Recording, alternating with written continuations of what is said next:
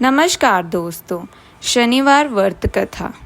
एक समय सभी नवग्रहों सूर्य, चंद्र, मंगल, बुध, बृहस्पति, शुक्र, शनि, राहु और केतु में विवाद छिड़ गया कि हम में से सबसे बड़ा कौन है। सभी आपस में लड़ने लगे और कोई निर्णय ना होने पर देवराज इंद्र के पास निर्णय कराने पहुंचे। इंद्र इससे घबरा गए और इस निर्णय को देने में अपनी असमर्थता जताई, परंतु उन्होंने कहा कि इस समय पृथ्वी पर राजा विक्रमादित्य हैं, जो कि अति न्याय प्रिय हैं, वह ही इसका निर्णय कर सकते हैं। सभी ग्रह एक साथ राजा विक्रमादित्य के पास पहुंचे और अपना विवाद बताया, साथ ही निर्णय के लिए कहा।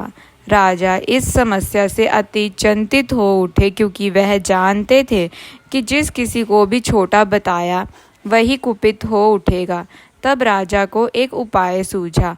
उन्होंने स्वर्ण, रजत, कांस्य, पीतल, सीसा, रांगा, जस्ता, अभग और लोहे से 9 सिंहासन बनवाए और उन्हें इसी क्रम में रख दिए। फिर उन सब से निवेदन किया कि आप सभी अपने सिंहासन पर स्थान ग्रहण करें। जो अंतिम सिंहासन पर बैठेगा वही सबसे छोटा होगा।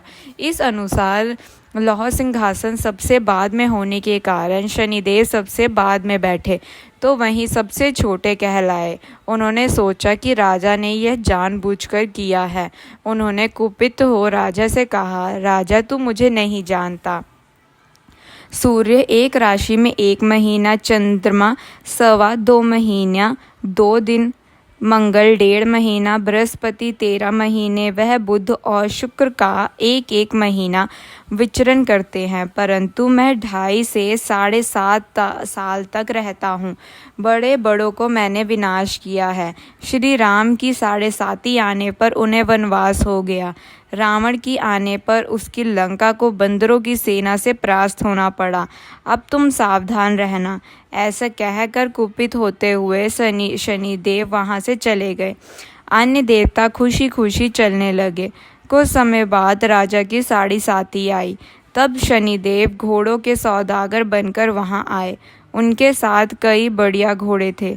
राजा ने यह समाचार सुन अपने यशपाल को अच्छे घोड़े खरीदने की आज्ञा दी। उसने कई छोटे अच्छे घोड़े खरीदे। वह एक सर्वोत्तम घोड़े को राजा को सवारी हेतु दिया। राजा ज्यों ही उस पर बैठा, वो घोड़ा सरपट वन की ओर भागा।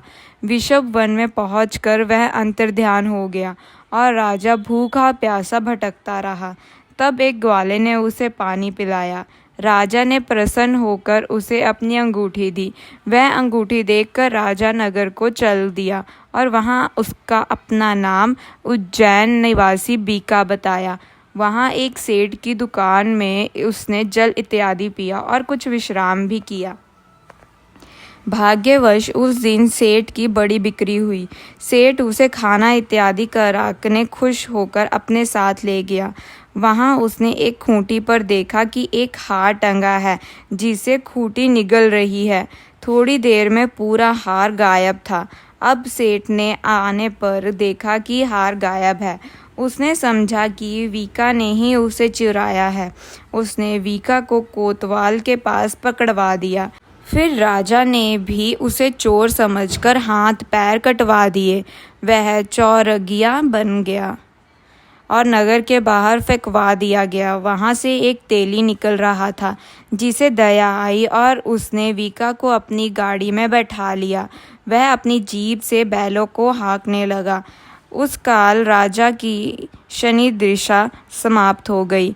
वर्षा काल आने पर वह मल्हार गाने लगा। तब वह राजा नगर में गया। वहाँ की राजकुमारी मन भावनी को वह इतना भाया कि उसने मन ही मन प्रण कर लिया कि वह उस राग गाने वाले से ही विवाह करेगी।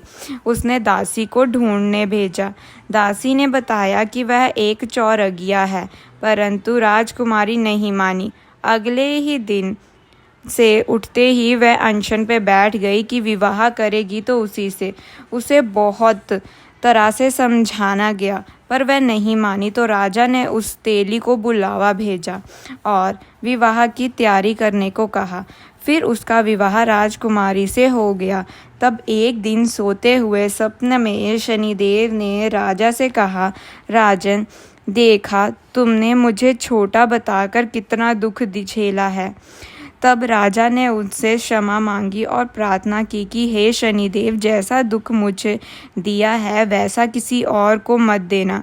शनिदेव मान गए और कहा, जो मेरी कथा और व्रत कहेगा उसे मेरी दिशा में कोई दुख नहीं होगा। जो नित्य मेरा ध्यान करेगा और चींटियों को आटा डालेगा उसके सारे मनोरथ पूर्ण होंगे। साथ ही राजा को हाथ पैर भी वापस दिए। प्रायत आँख खुलने पर राजकुमारी ने देखा तो वह आश्चर्यचकित रह गई। वीका ने उसे बताया कि वह उज्जैन का राजा विक्रमादित्य है।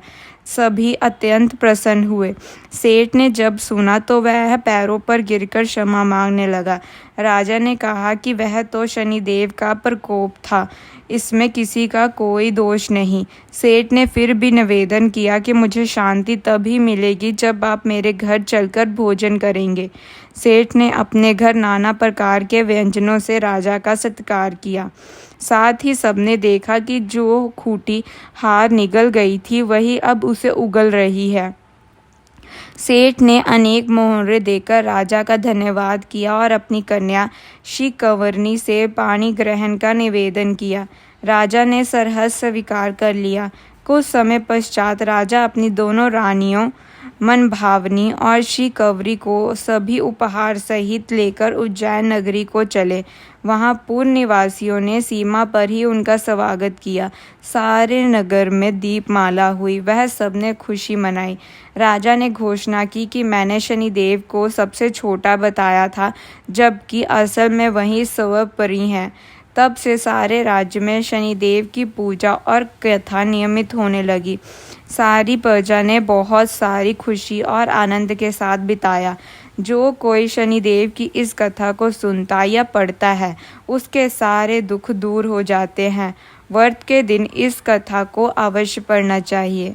नमस्कार दोस्तों, हमारे चैनल को लाइक एंड सब्सक्राइब करें और साथ में बेल आइकन भी दबा दें, जिससे आपको आने वाली वीडियो की खबर पहले ही हो जाए।